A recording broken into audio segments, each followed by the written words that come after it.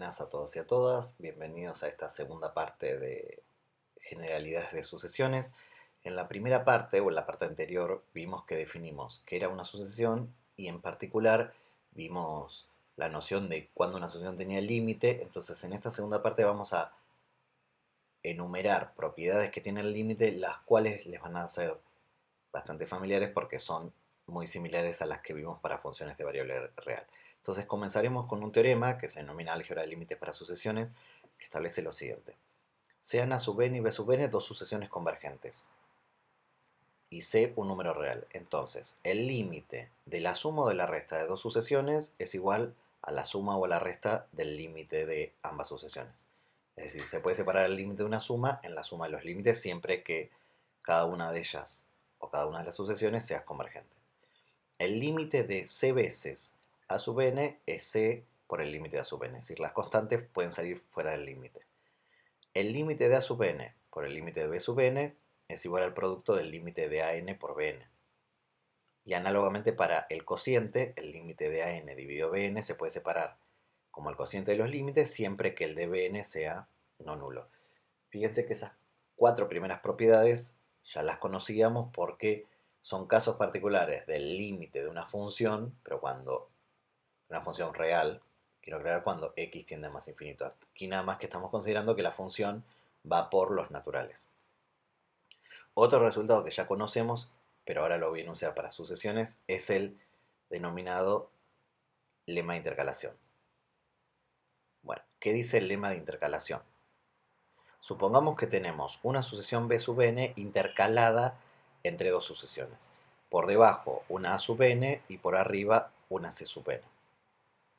La cual satisface esta desigualdad a partir de un número natural, es decir, para todos los naturales mayor o igual que otro natural. Entonces, si la sucesión que está por arriba y la sucesión que están por debajo tienen el mismo valor del límite en el infinito, es decir, las dos convergen a L, la sucesión que está en el medio o está intercalada tiene que irse también a L. ¿Sí? Ese era un resultado bastante usual para la primera parte de la materia, y como consecuencia de este lema de intercalación tenemos el denominado cero por acotado, que establece que si una sucesión converge a cero o tiene límite cero, y B sub n es una sucesión acotada, la cual puede no ser convergente, pero sí acotada, entonces el límite del producto de AN por BN tiene que ser cero. ¿Sí?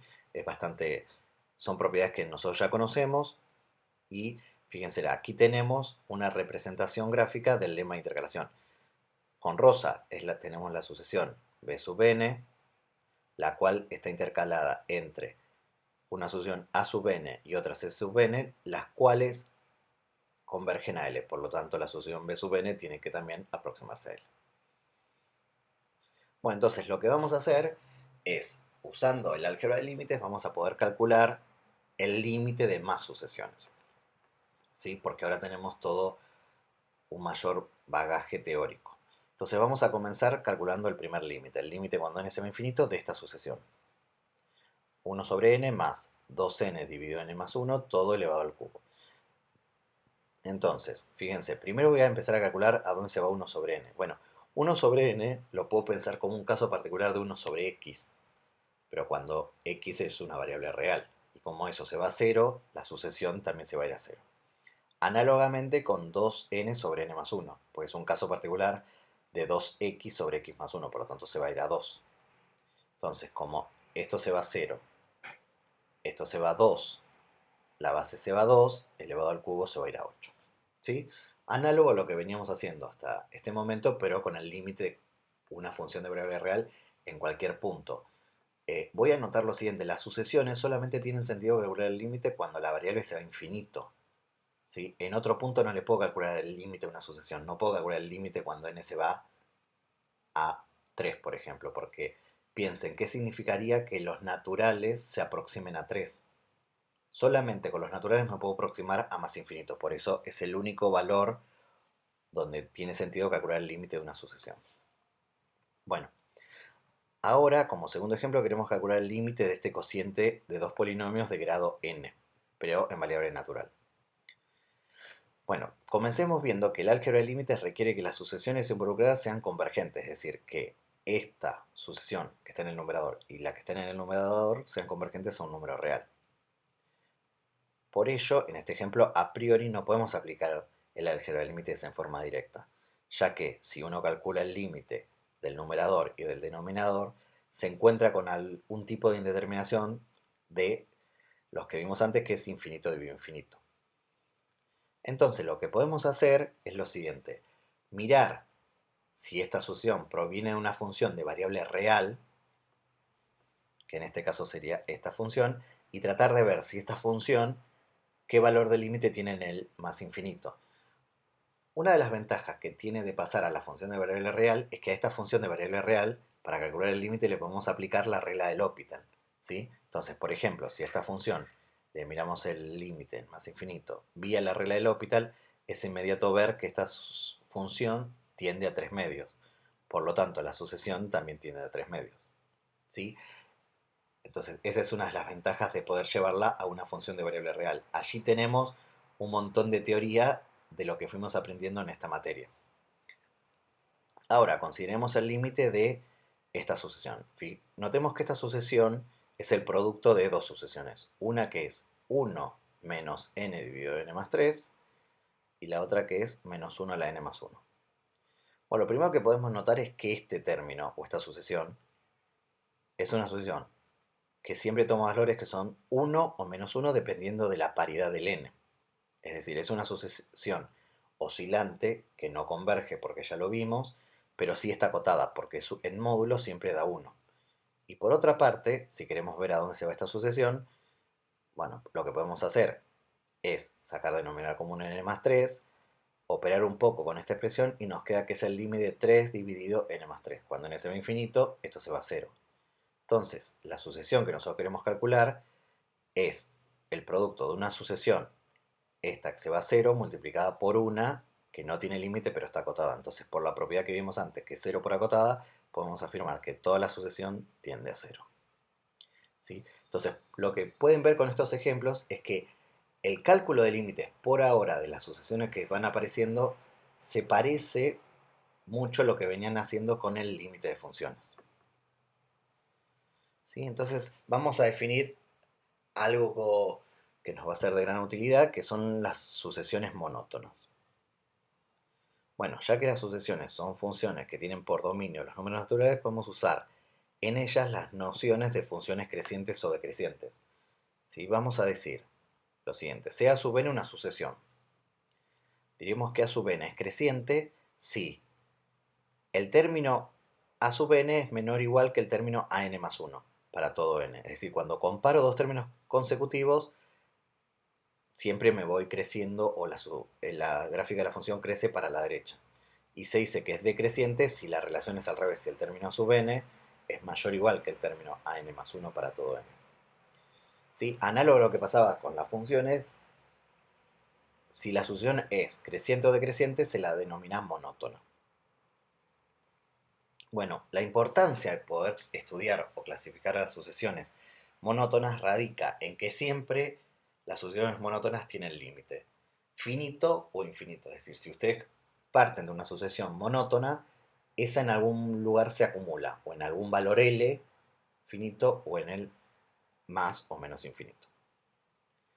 Bueno, antes de continuar, en la definición dada antes para una sucesión creciente, y análogamente para decreciente, comparamos solamente dos términos consecutivos, an con an más 1. Lo que vamos a ver es que esta noción que dimos recién es equivalente a la noción usual de función creciente. Recordemos que cuando ustedes, o en esta materia o en IM, cuando uno daba la noción de función de variable real creciente o decreciente, decía dado x menor que y, pero x e y no era uno el que le sigue al otro, porque no, en R no existe esa noción, sino que decía que x e y eran un número menor que el otro. Entonces ahora vamos a ver que con la definición que vimos nosotros se cumple esa misma idea. Sea, por ejemplo, a sub n una sucesión creciente. Y tomemos n y m, dos números naturales, pero con n menor que m. Lo que vamos a ver es que a n es menor o igual que a m. Así que esa es la idea que ustedes tienen de una función de variable creciente. Perdón, una función creciente, no de variable creciente. Entonces, como n y m son naturales, y n menor que m, entre ellos hay solamente una cantidad finita de elementos. Entonces, miren, puedo hacer lo siguiente. Arranco con AN. A n le aplico que es creciente, entonces es menor o igual que a n más 1. Ahora a n más 1 le aplico la propiedad de ser creciente, entonces es menor o igual que a n más 2. Y así sucesivamente hasta que en alguna cantidad finita de desigualdades llego a am menos 1. Y aplicando una vez más la definición de crecimiento, llego a m. Entonces fíjense que finalmente pude comparar el término an con respecto al término am. Es decir, para sucesiones, y esa es una de las ventajas que tiene el trabajar uno con el conjunto de los naturales, no tengo que comparar dos términos cualesquiera, a n y a m. Solamente me basta comparar a n con a n más 1, para que sea creciente o decreciente. Bueno, una proposición que tenemos es la siguiente, que nos permite ver cuándo una sucesión es creciente o decreciente. Si la sucesión a sub n es siempre de términos positivos, es decir, todas sus imágenes están a la derecha del cero, tenemos que an es creciente si solo si an más 1 dividido a n, este cociente es mayor o igual que 1 para todo n, y por otro lado, an es decreciente si solo si an más 1 dividido a n es menor o igual que 1 para todo n. Es decir, entonces uno puede valerse de esta proposición, pero para sucesiones con términos positivos, para probar que una sucesión crece o decrece. Miren, vamos a ver dos ejemplos. Consideremos la sucesión a sub n que sea un medio a la n más 1 y b sub n que sea menos un tercio a la n. Vamos a tratar de determinar si estas sucesiones son monótonas o no. Bueno, comencemos con la sucesión a sub n. Como esta sucesión es una potencia de un medio, siempre sus términos son positivos. Entonces, por lo tanto, podemos usar la proposición anterior. Entonces vamos a calcular el cociente entre an más 1 y an. Bueno, esto es aplicar la definición de la sucesión. ¿Quién es a sub n más 1? Es un medio a la n más 2 sobre un medio a la n más 1. Bueno, aplicando propiedades de las potencias de igual base y simplificando nos queda que esto es un medio para todo n, que es menor o igual que 1. Por lo tanto, así podemos inferir que la sucesión es decreciente. Fíjense que no tuvimos que comparar la desigualdad o la definición de decreciente o creciente, sino que comparamos el cociente entre dos términos consecutivos y vimos si el cociente es mayor o menor o igual que 1. Ahora, por otro lado, la sucesión b sub n no es de términos positivos, ya que va cambiando de signo dependiendo de que si n sea par o impar. Entonces, observamos que b sub n es negativo si n es impar, y b sub n es positivo, acá diría positivo, si n es par. Entonces, esta sucesión no es monótona, porque si una sucesión fuese monótona, o están todos a la derecha del primer elemento o todos a la izquierda del primer elemento. Aquí, como esta sucesión va oscilando entre un positivo y un negativo, no es monótona. Bueno, este ejemplo nos muestra fácilmente que no todas las sucesiones son monótonas y que por eso constituyen una clase particular de sucesiones que nos interesa estudiar. A ver, por otro lado sabemos que no toda sucesión acotada es convergente. Asimismo, no toda sucesión monótona es convergente. Pero si una sucesión es tanto acotado como monótona, es decir, combinamos las dos condiciones, esa sucesión, que la vamos a ver en este gráfico, va a ser convergente. Daremos una prueba formal de este hecho, pero intuitivamente se entiende que es cierto viendo la figura. Miren, supongamos que tenemos una sucesión que sea creciente, es decir, como caso particular, monótona pero creciente. Entonces, aquí está en su imagen. Si este es A1, A2 tiene que estar más por arriba, A3 y así sucesivamente. Y por otro lado, consideremos que la sucesión está acotada. Entonces, si está acotada, tiene un techo. En este caso, al techo lo llamamos L. Entonces, si ustedes tienen que graficar una sucesión de puntos crecientes, pero que no pueda superar un techo, se dan cuenta que lo que le tiene que pasar es que en algún momento la sucesión se tiene que empezar a acumular próximo a un valor L. Entonces, por lo tanto, la sucesión es convergente. El resultado lo podemos formalizar de la siguiente manera. Toda sucesión acotada y monótona es convergente. Es decir, si ustedes tienen la suerte de poder tener una sucesión la cual sea acotada, por un lado, y monótona, recordemos que monótona era creciente o decreciente, entonces dicha sucesión es necesariamente convergente. Bueno, para finalizar esta clase de sucesiones o generalidad de sucesiones, vamos a definir lo que es una subsucesión. Hemos visto que algunas sucesiones carecen de límite, finito o infinito. Pero entonces queremos encontrar o ver algún método que nos permita determinar que una sucesión es convergente o no convergente de forma rigurosa. Entonces, para resolver este problema será útil introducir la idea de subsucesión. Consideremos una sucesión de números reales. A sub 1, A sub 2, A sub 3, A sub 4. Con dicha sucesión se pueden realizar de muchas maneras la siguiente construcción. Se suprimen de la sucesión una cantidad finita o infinita de términos de manera que queden infinitos términos. Es decir, de esta suprimimos una cantidad finita o infinita de términos de manera que lo que resulte sea infinitos términos. Los que quedan forman una nueva sucesión que vamos a enumerar. Por ejemplo, consideremos A2, A3, A4 y así sucesivamente A1.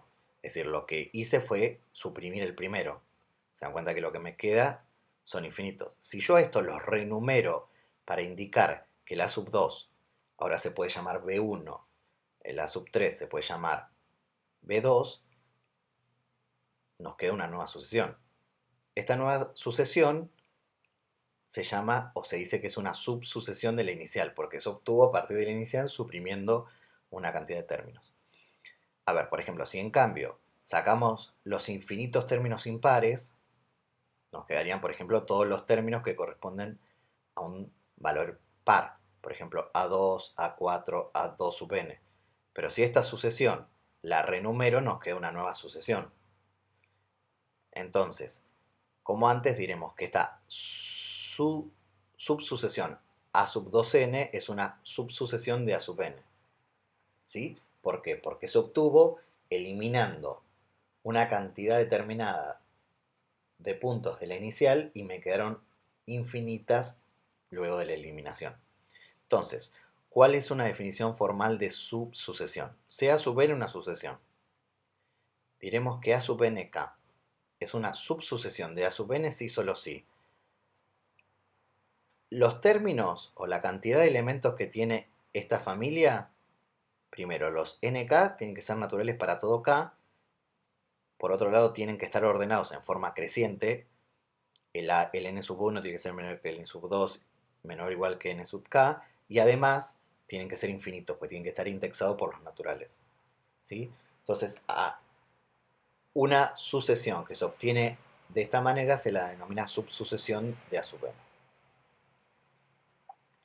Bueno, una proposición que nos va a ser de mucha utilidad, y ahora vamos a ver cómo la vamos a usar, es la siguiente. C A sub n una sucesión. Si la sucesión A sub n converge a L, esto es equivalente a que toda subsucesión de A sub nk, converge a L, donde L puede ser finito o infinito.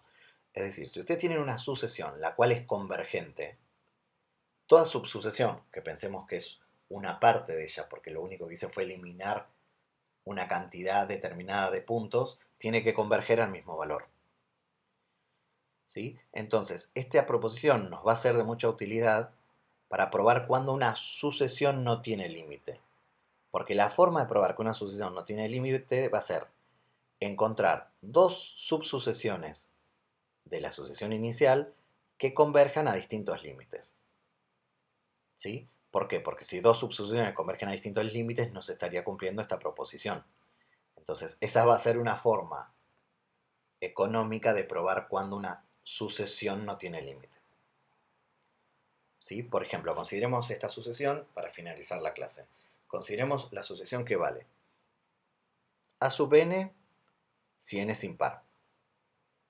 Perdón, 2 si n es impar y 6 si n es par. Vamos a ver que esta sucesión no tiene límite. Por ejemplo, si consideramos la sucesión o la subsucesión que sea A sub 2n, es decir, donde la variable es par, podemos ver que esta sucesión, que correspondería a esta fórmula, converge a cuánto? A 6, porque vale constantemente 6. Mientras que la sucesión o la subsucesión a sub 2 n más 1 que corresponden a valores impares de la variable, siempre vale 2 y convergería a 2. Entonces, como esta sucesión posee dos subsucesiones que convergen a valores distintos, la sucesión inicial no puede ser convergente, por la proposición anterior. Bueno, espero que les haya sido de utilidad y nos encontramos en la próxima clase de cálculo 1.